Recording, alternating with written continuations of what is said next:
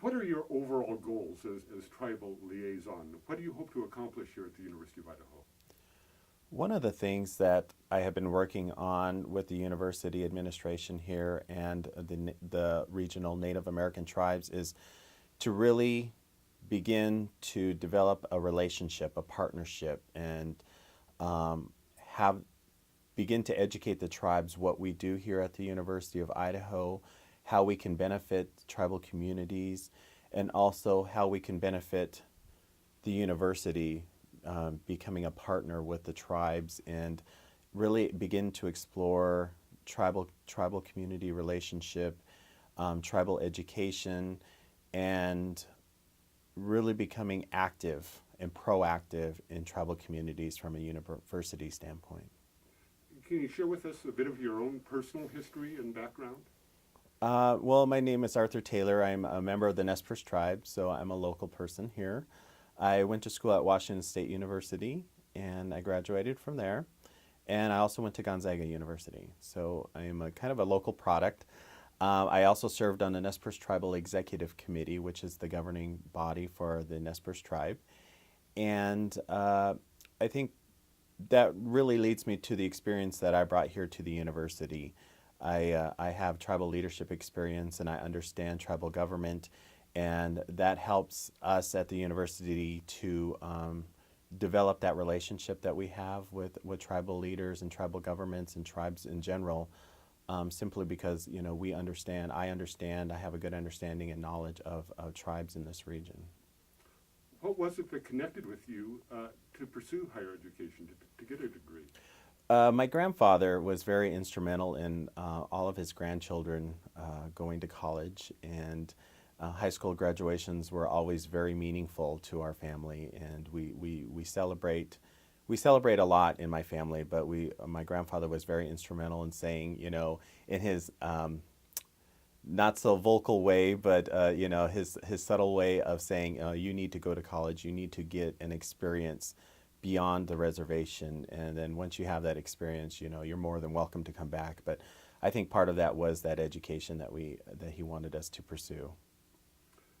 What should faculty and staff keep in mind to help secure success for Native American students?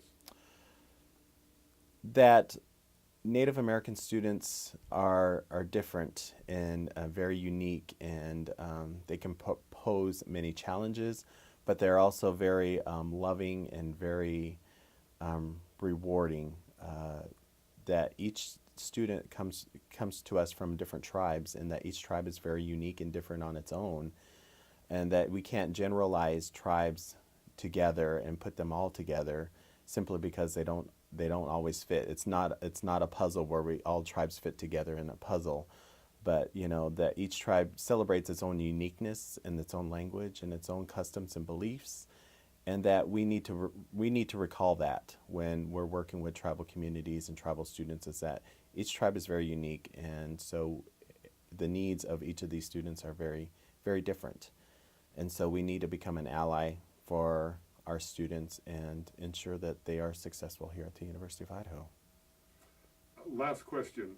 We have a number of terms in use: Native Yeah. American, American Indian, Indigenous people. Is there a preferred term? I've been asked that question a lot lately. I don't know if there's really a preferred term. When you look at federal law, it says Indian.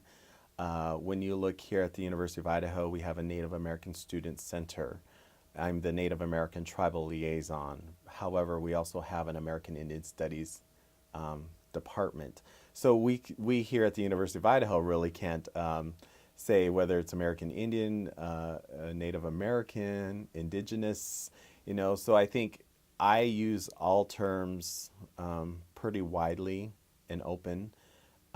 However, I think some tribes are very, very specific. We like to be called American Indian. We like to be called Indigenous, or, so I think to each his own. But we are.